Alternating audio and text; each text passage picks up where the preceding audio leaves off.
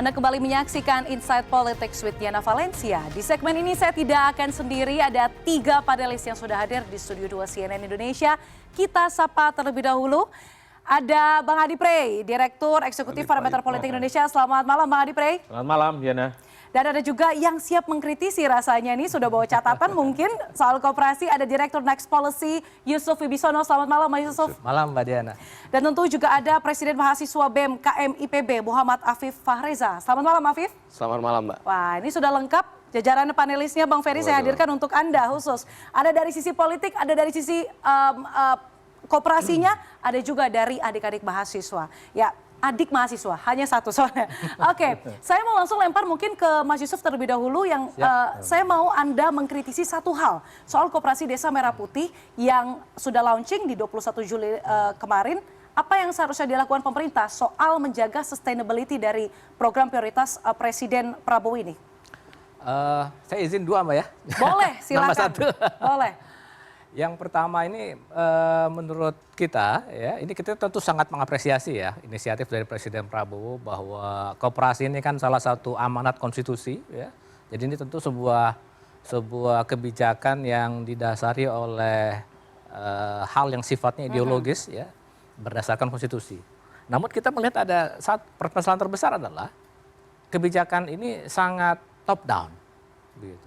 Padahal koperasi, jiwa koperasi yang paling mendasar itu adalah pendirian koperasi harus didasarkan kepada adanya kolektivitas dari anggota yang memiliki kebutuhan bersama yang hendak memperjuangkan kepentingan ekonominya agar kesejahteraan lebih baik. Oke. Nah ini kita masih belum melihat ini yang paling penting. Menurut saya ini akan menjadi titik paling penting ya yang akan menentukan keberlanjutan dari Koperasi Desa Merah Putih ini. Lalu yang kedua menurut saya ini juga sangat krusial, yaitu terkait dengan bisnis model dan juga market. Nah ini kita melihat market dan bisnis model dari koperasi desa ini masih mohon maaf itu ya, masih meragukan gitu. Secara bisnis komersial kita melihat masih ada banyak yang butuh kejelasan lebih dalam begitu. Bagaimana nanti koperasi ini bisa memainkan peran ekonominya, peran komersialnya ya, yang memberikan kesejahteraan bagi para anggotanya dan berkelanjutan itu. Marketnya ini pun kalau kita bisa bilang desa saat ini begitu ya, sebenarnya kan juga tidak terlalu besar gitu ya. Karena tadi Pak Ferry juga sampaikan ini 80.000 langsung gitu kan di semua desa. Ini menurut saya salah satu permasalahan terbesar nanti adalah size dari koperasinya. Mau seberapa besar size koperasinya dengan 80.000 itu. Padahal di setiap desa pun kita sudah punya BUMDes, kita sudah punya lembaga-lembaga ekonomi yang didirikan oleh masyarakat, baru mulai dari warung kelontong sampai minimarket dan seterusnya. Ya, ini tentu menjadi pertanyaan bagaimana nanti dia bisa sustain gitu. Oke, nah, indikator jelas tidak jelasnya seperti apa Mas Yusuf? Tadi Anda menyebutkan banyak yang meragukan karena tidak jelas. Nah ini dari dimensi apa tidak jelasnya? Saya ambil contoh misalnya bisnis model Mbak Diana. Jadi bisnis model ini kita melihat bagaimana sebuah usaha dijalankan itu memiliki positioning, diferensiasi yang kuat yang membuat dia dibutuhkan oleh pasar, membuat dia bisa berkelanjutan secara komersial begitu. Nah, ini kita ambil contoh misalnya BUMDes. BUMDes ini 10 tahun era Pak Jokowi kan didorong luar biasa gitu ya. Itu cuma awalnya itu cuma mungkin 1000-an unit saja begitu ya. Di akhir periode Pak Jokowi itu hampir sudah 60-an ribu mungkin ya. 60.000 lebih BUMDes. Ini yang berhasil, yang kira-kira kalau kita melihat dari dividen mungkin ya bagi hasil yang dia berikan kepada pendapatan desa yang signifikan. Itu mungkin cuma sekitar 2%-an saja dari seluruh BUMDes ini. Yang agak lumayan ya mungkin 7%-an lah. Gitu ya. Sisanya ini hampir tidak bisa memberikan dividen, memberikan return yang memadai bagi desanya. Jadi ini contoh bagaimana sebuah badan usaha tanpa ketiadaan bisnis modal yang baik, seberapa besar pun digerojokin dengan modal lah gitu ya, itu bisa sia-sia gitu, tidak berkelanjutan gitu.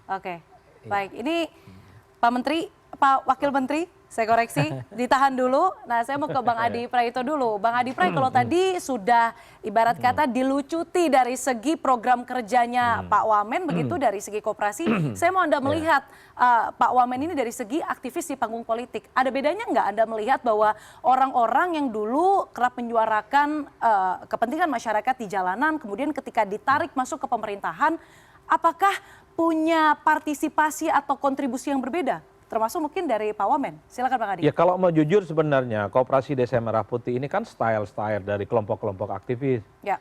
Jadi Bang Ferry ini kan kita kenal sejak saya masih mahasiswa S1, memang selalu memprovokatori untuk menolak sesuatu kebijakan-kebijakan yang tidak pro rakyat dan meminta kepada aktivis itu adalah down to earth, melakukan advokasi kepada masyarakat supaya terberdaya.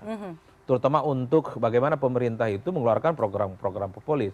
Dia suka tidak suka, secara ide besar, soal Koperasi Desa Merah Putih itu saya kira ini adalah program populis. Program yang sebenarnya sangat dinanti, bagaimana satu yang paling penting adalah dia itu mampu menghadirkan ekosistem ekonomi yang ada di desa.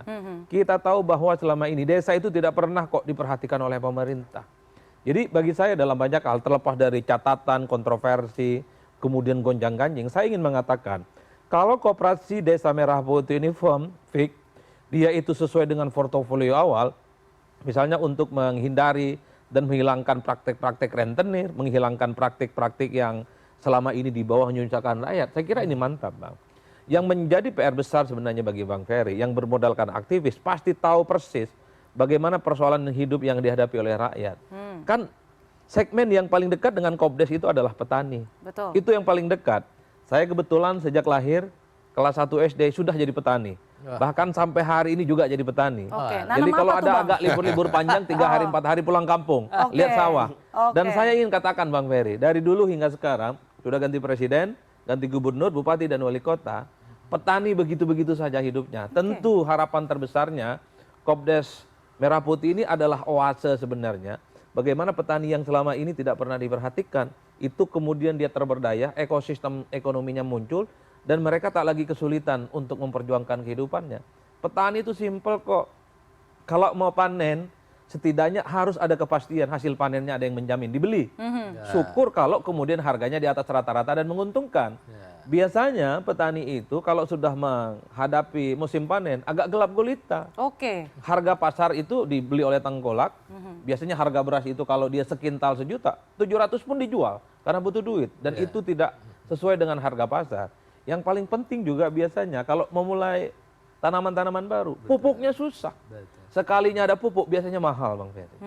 Ini yang saya sebutkan, kalau ini bisa diatasi secara perlahan dengan adanya Koperasi Merah Putih, saya kira mantap ini. Bukan hanya soal kinerjanya yang akan diapresiasi, tapi minimal ini adalah sebagai bekal jalan masuk surga, Bang.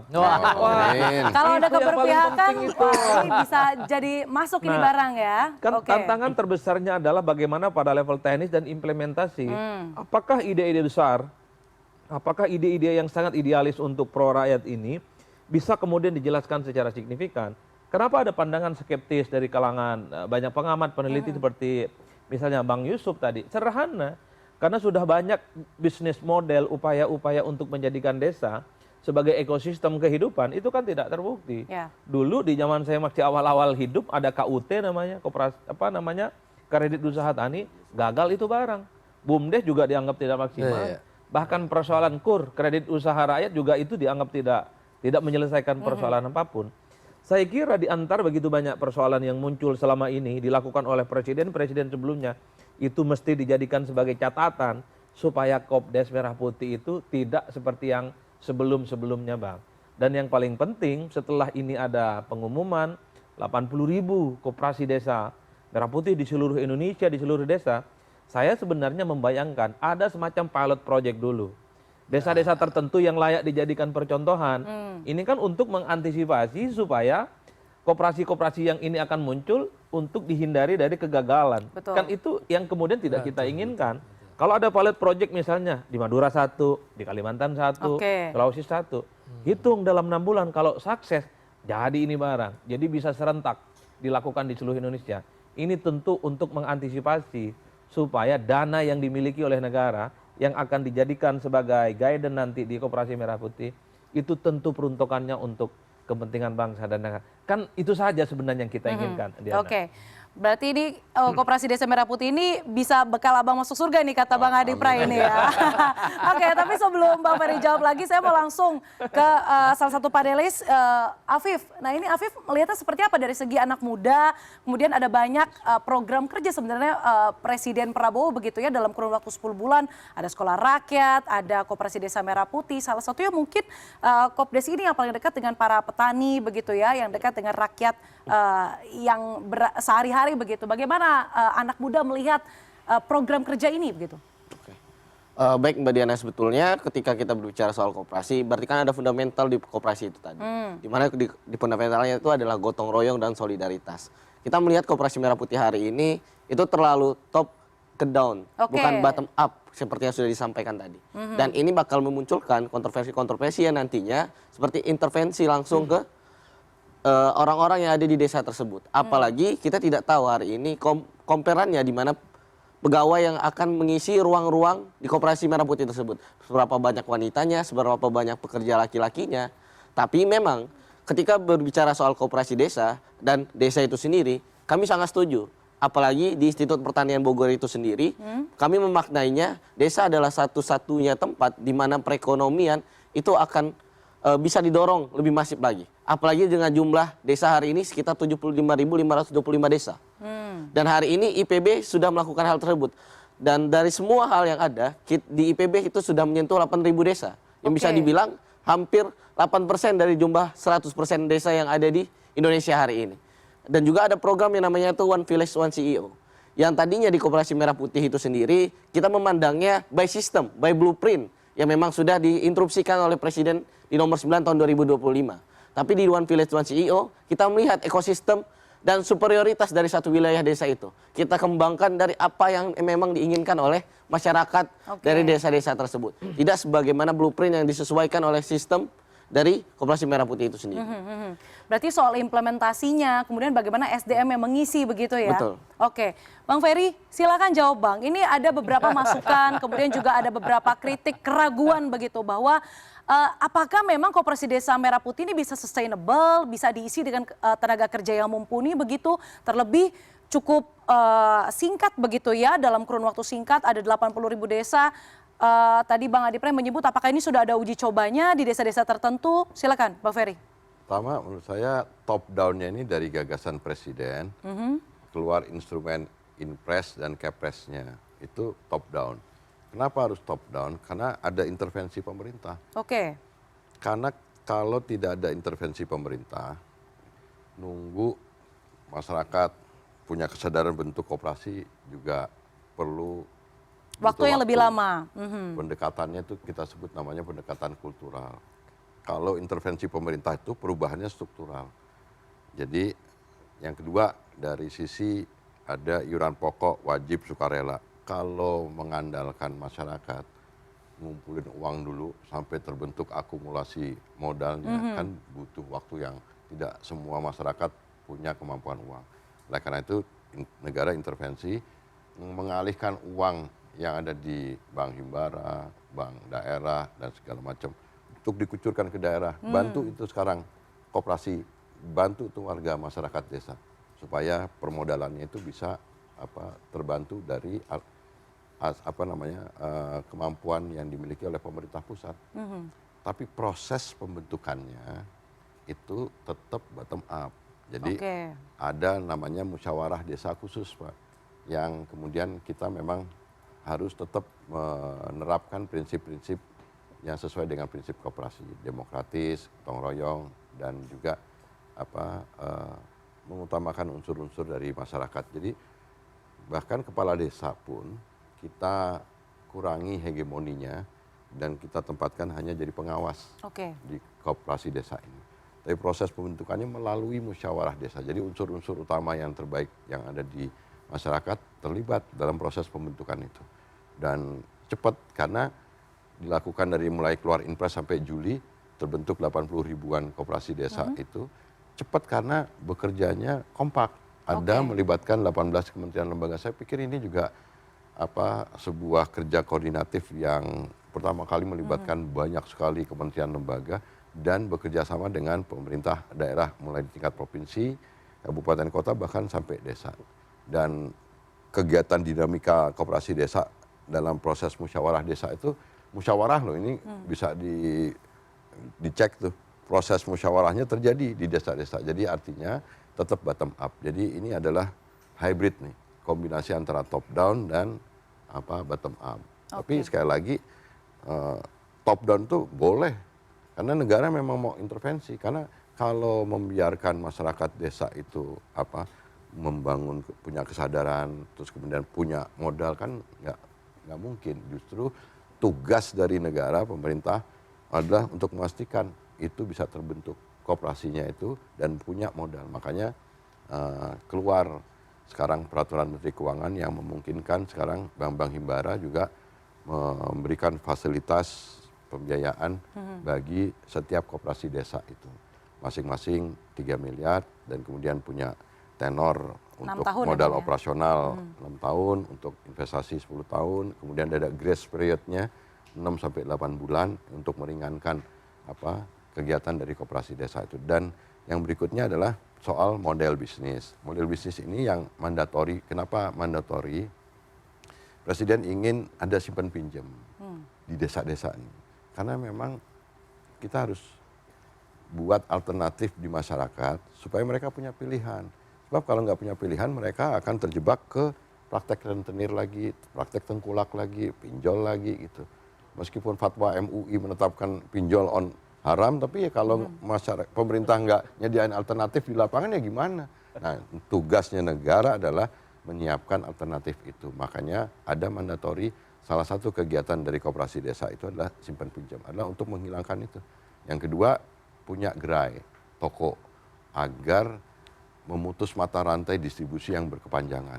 Barang-barang beras, pupuk, gas LPG 3 kilo, semuanya itu harus jatuh ke desa. Seperti yang tadi Mas Adi bilang, sekarang pupuk bersubsidi dengan adanya koperasi desa, sekarang pupuk yang nyari-nyari petani.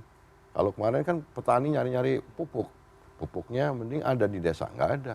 Langka dan lain sebagainya. Dengan membuat instrumen penyaluran barang-barang bersubsidi itu melalui koperasi desa, kita akan bisa lebih memastikan bahwa barang-barang itu memang yang punya hak itu mereka. Bukan yang seperti sekarang, muter-muter di tengah aja. Sekarang kita pastiin gas LPG 3 kilo adalah sesuai dengan kebutuhan rumah tangga. Masyarakat desa itu prioritas. Kemudian pupuk bersubsidi, solar untuk nelayan, itu harus sampai ke sana. Kemudian banyak sekali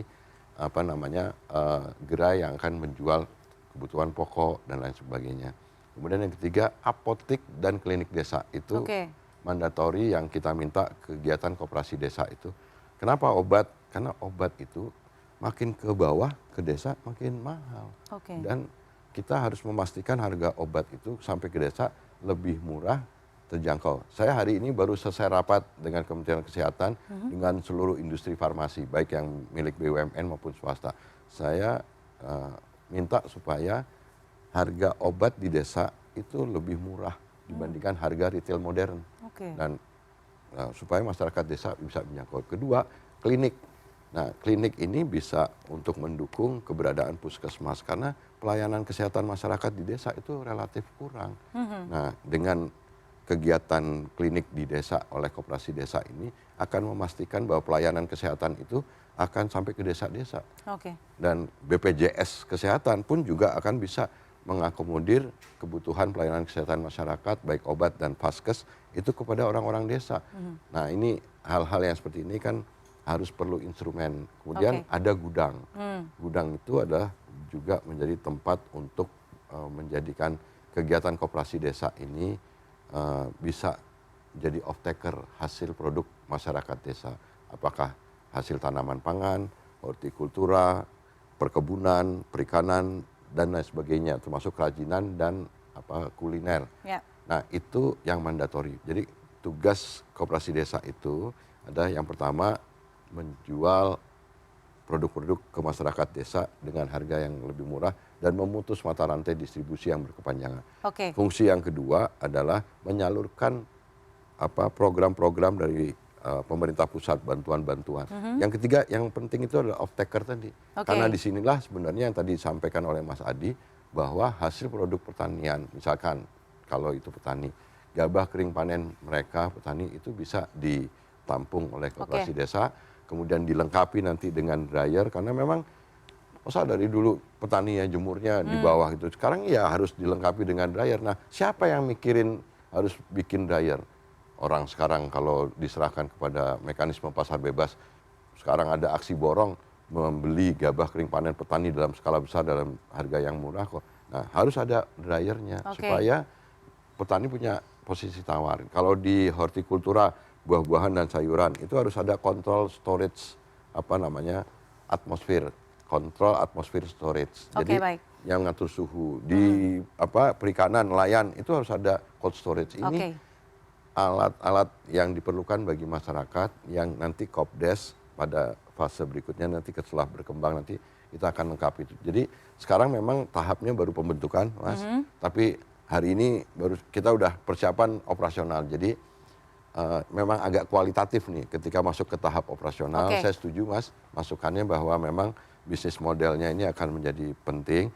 Tapi di luar yang mandatori ini juga dipersilahkan koperasi desa itu bisa mengembangkan potensi desa dan sesuai dengan ini karakteristiknya masing-masing. Jadi sebenarnya fleksibel juga dan kita harus hati-hati karena quote-unquote mulai ada perlawanan juga karena memang ini sesuatu yang bukan hanya teks tapi di dalam realita di masyarakat ini kita harus menjalankan sebuah sistem yang memungkinkan kita punya keberpihakan ke masyarakat desa. Nggak boleh lagi masyarakat kalah. Kalau kemarin kan yang menang bukan rakyat, yang megang kendali di dalam distribusi Kita itu. akan bahas nanti soal tantangan dan juga bagaimana realitas ketika pembentukan Koperasi Desa Merah Putih usai jeda. Ya, nanti Bang Ferry, Insight Politik with Diana Valencia masih akan kembali sesaat lagi. Tetaplah bersama kami.